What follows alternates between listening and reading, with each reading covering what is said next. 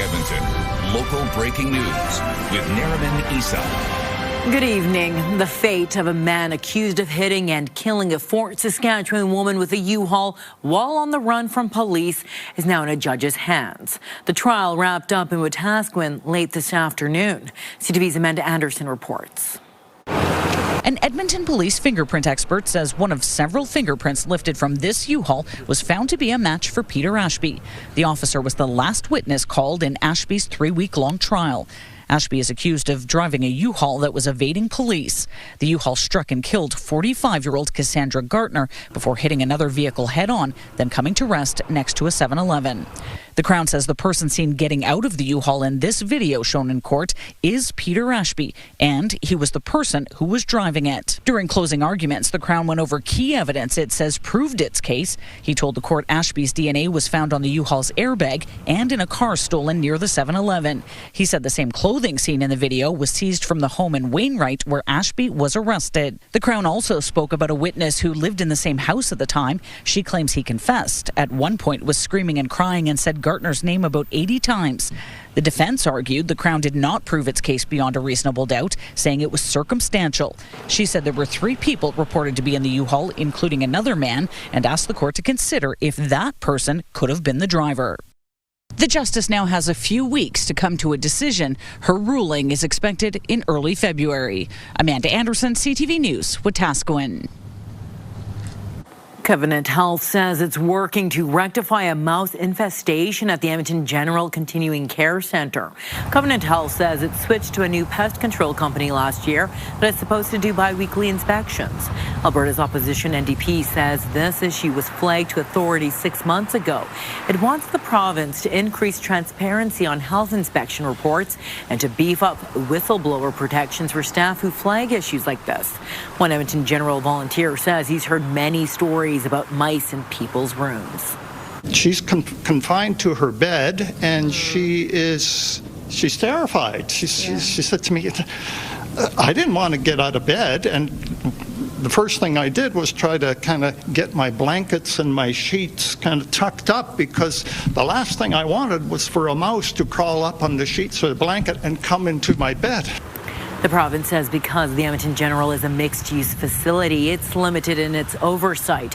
It says it will investigate the portion of the building that's under its authority. The province says it plans to share updates on new schools in the Edmonton area in the next month's budget. Parents, school boards, and the official opposition say they're waiting to see where the schools will be built and what kind of schools they will be.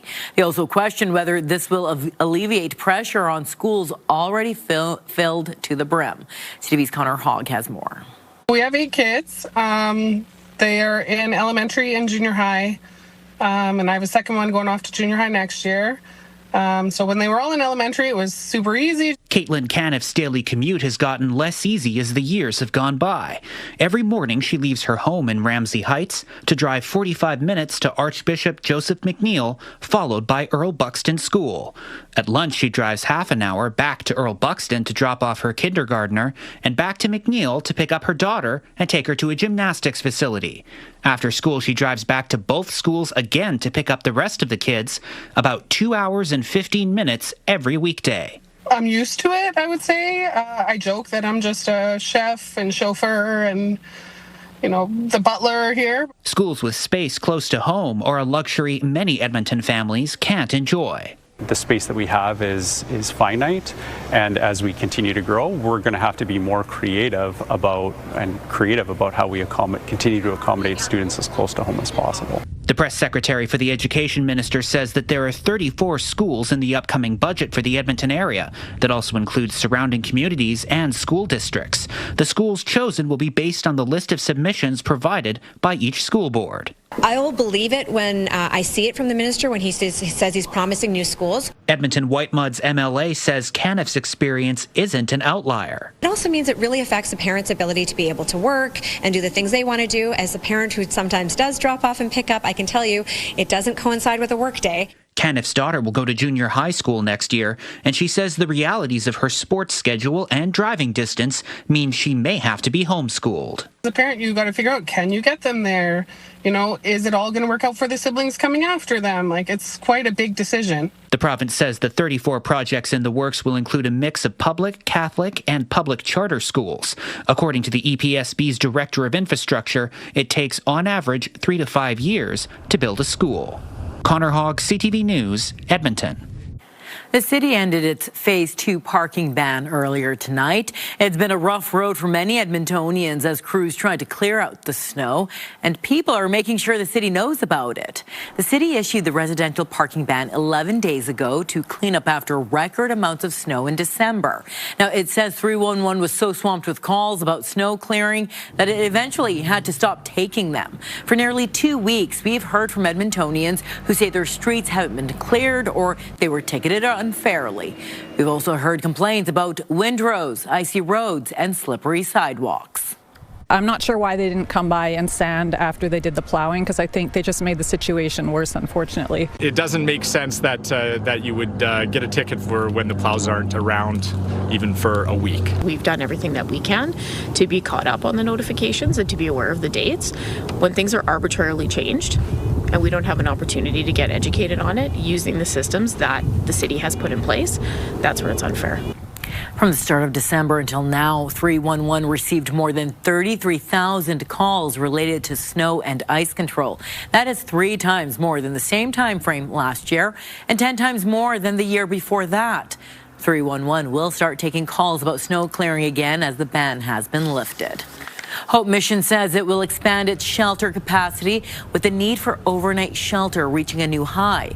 Hope Mission says it provided shelter for 1,400 people last night and says 2 new centers have added 235 shelter spaces in the last 2 years. The demand is still outstripping capacity, especially in the cold weather. Hope Mission says next Wednesday it will convert Care Point's health and housing hub to an overnight shelter by adding 50 sleeping mats. That emergency measure is expected to be in place until the end of March. Reporters got a rare look inside the historic Rossdale power plant today. The city is soliciting ideas to repurpose the 100,000 square foot building. CTV's Jeremy Thompson reports it's an opportunity that comes with complications. From the outside, the Rossdale power plant is one of Edmonton's most recognizable buildings.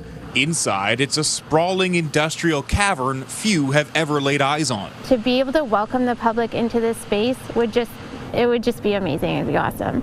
So the city's pretty motivated, and we're really excited to have partners come forward who are also excited about the potential here. In November, the city issued a request for ideas to repurpose the power plant.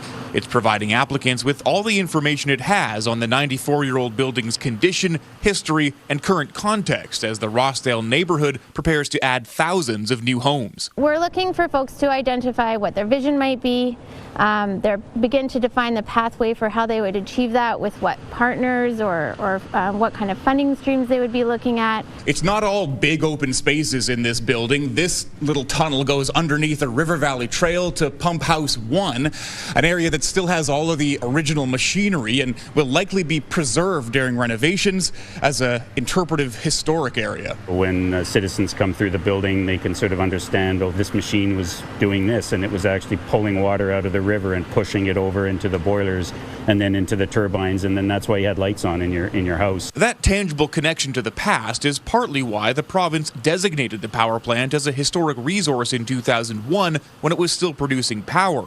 The designation comes with restrictions for prospective developers. It'll be part of the conversation that we have with people to understand that it's not a free-for-all in this space. We can't just rip out walls and knock things down and reinvent it into something modern and new. Any promising pitch will likely have to incorporate the deep Indigenous connection to the site. Once the submission period ends April 30th, the city will assess the ideas and eventually ask for more detailed proposals for the power plant's future. Jeremy Thompson, CTV News, Edmonton. Alberta's film industry continues to thrive despite the rocky relationship with the U.S. A major Korean drama series produced by Netflix was recently shot here. CTV's Stephanie Thomas has more on the creative industry beyond Hollywood. 6 Degrees Music and Sound handles post-production for numerous Alberta projects like this trailer. I have no one to blame for my own life. The voice director and music supervisor says grants from the Alberta Media Fund helps local budding filmmakers. If there's a young director who has a limited budget, we can now do their first film. And if their first film gets sold, then they can do another film. They can do another film. They can do another film. The Alberta Made Screen Industries program is divided into 3 streams: script development, Alberta Made production, and post-production, such as visual effects or animation. The province provided 92 grants in 2025 alone, all under its $8 million investment for Alberta's film and television sector. It's so important, the film and television industry and all cultural industries, film, television, books and magazines, music, to bring that business and keep that business in Alberta. The province says every dollar it invests in the sector creates $4 of economic benefit. International productions see the benefit too and continue to shoot in Alberta, even if the Canada-US relationship remains rocky. The K-drama Can This Love Be Translated, produced by Netflix, filmed in several Calgary locations, including the historic Lougheed House. I think it's about building a sense of identity and pride in our city. It's so exciting when you can look and identify a place. Maybe this was your wedding venue. Film producers say there's a strong Alberta advantage for screen industries. That's because we have, first of all, world-class cast and crew here. We have great facilities, we have great infrastructure. The province says the film and television sector generated $1.2 billion for Alberta's economy in 2023. Stephanie Thomas, CTV News, Calgary. Alberta's largest cycling fundraiser is kickstarting registration with a spin-a-thon. Cyclists are keeping 2 stationary bikes in motion inside the Cross Cancer Institute to promote the upcoming Tour of Alberta for Cancer. The 2-day ride raises money for the Alberta Cancer Foundation. Since 2008, more than 20,000 riders have raised $111 million. Now, the goal for this tour is another $7 million. Funds raised from the Enbridge Tour Alberta for Cancer are a huge part of how we fund clinical trials in the province. We fund a patient financial assistance program, and it allows us to really capitalize on some of the latest treatments and care available to Albertans and bring them to them sooner. All the funds raised from the tour is what enables people like me to keep on moving with life. So right now we're just focused on recovery. I'm actually getting married in August as well, so life is moving forward.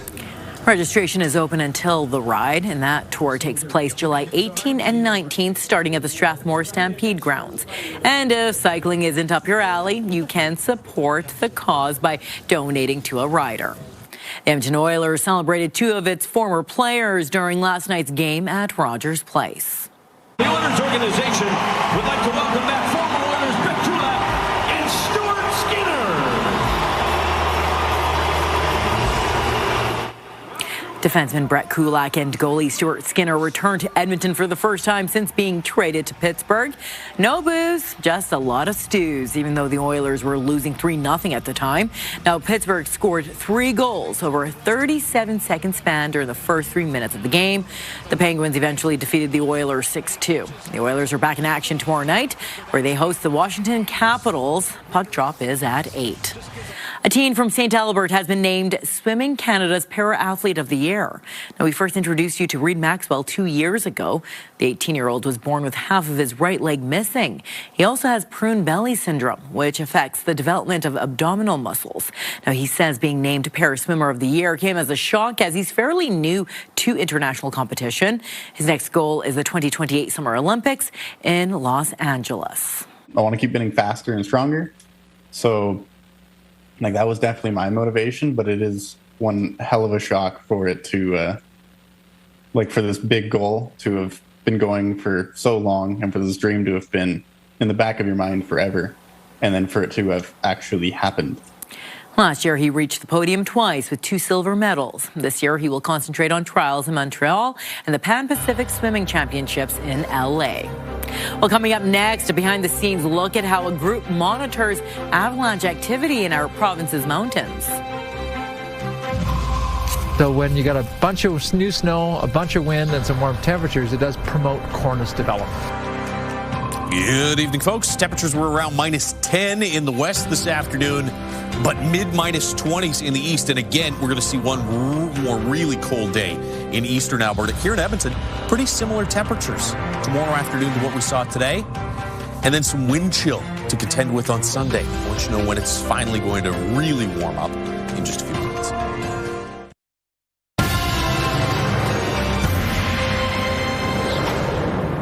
A team of rescue specialists in the mountain parks is monitoring snowpack daily. CTV's Kevin Fleming found out how the data is collected and turned into avalanche bulletins. He's on constant alert in Kananaskis country south of Canmore. Mike Kopang says some regions are recording record snowfalls, and he's here looking for signs of avalanches. We have had a bit of a winter of extremes, if you think about it that way. It was, extremely warm at the start of the year. We had a lot of rain crusts. Then we had an extremely large amount of snowfall, which was great. Kopang uses a compression test to see how the two weak layers in the snowpack could fracture, resulting in an avalanche. But here, it's stable. It was really, really good. We've had 250 millimeters of water equivalent that's fallen on top of that crust, and it came in fairly reasonable temperatures. The one thing, though, is it did come with a fair bit of wind. So when you got a bunch of new snow, a bunch of wind, and some warm temperatures, it does promote cornice development. Kopang hasn't seen evidence of natural avalanches here lately, but there's always a chance of human-triggered slides, like the one recently just outside the Lake Louise ski resort boundaries. I think the big takeaway from that was it was a thin area. And thin snowpack areas are where it's weak. We're talking about that a fair bit in the avalanche bulletin right now. I think the big thing from that is really, really fortunate that nobody got hurt. Jeff Dent is checking out the 2-hour route he and Darvin Harden are planning to hike today. They're choosing a safe area that they know well. Dent says it's been an interesting winter. Mixed, actually. Pretty warm for the most part. Yeah, for hiking weather anyways, like hulling, hike, pretty mushy, pretty warm this season. There aren't many backcountry skiers out today, and Kopang says that's because there hasn't been any new snow in a while. The best advice from mountain rescue specialists is to always check the bulletins at avalanche.ca before you come into the backcountry to make sure things are safe. Now, the snowpack right now might be relatively stable, but that doesn't mean that there's no chance of an avalanche. Kevin Fleming, CTV News, Kananaskis country.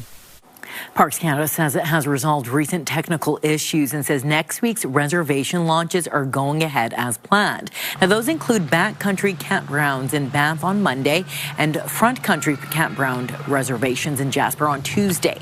Reservations were supposed to open for Waterton Lakes National Park, Elk Island National Park, and Rocky Mountain House National Historic Site 2 days ago. Those will now open on February 3rd. Banff front country campgrounds, including Lake Louise and Icefields Parkway, those were supposed to open today. They will now open on February 12th. For one Canmore woman, cold water exposure is part of her everyday routine, even in the dead of winter. And while some people tout the health benefits, others say taking the plunge might not be for everyone. CTV's Tyler Barrow explains. I started ice plunging about 10 years ago. Absolutely fell in love with it. Canmore resident Angela Knox swears by cold water exposure. Knox says it's a way for her to connect with nature while also boosting her mood. It just changes your day. It teaches you to deal with small amounts of stress and have a really positive outcome afterwards. The 52-year-old does more than just jump in the water, seen here surfing the Kananaskis River near Canoe Meadows. She's a cold crusher who has now created a 30-day challenge in the form of a deck of cards. She calls it the Cold Revolution, a guide to radical well-being. But it might not be for everyone. There aren't clear-cut benefits to submerging your body in cold water. The evidence is strongest for after a hard workout, muscle recovery. Beyond that, there is minimal science showing the long-term health benefits. We can't right now say that high you get right after you jump into the cold water has long-term health span or longevity benefits. TECURS also reminds individuals with an underlying heart condition, are pregnant, or have a cold-sensitive condition to avoid cold water exposure and speak to their medical providers. But for those looking to get a little chilly, Knox advises breaking the ice slowly. You can change your experience with the cold. I used to be the coldest girl in the room, and now I'm out there in the winter river surfing in, minus conditions. Tyler Barrow, CTV News, Lake Louise. Well, still to come, we meet the Canadian hockey players hitting the ice as stunt doubles in the popular series Heated Rivalry. I knew there was going to be like a gay hockey show filming in Guelph, and someone on production reached out to our coach Josh, looking for, for some extras.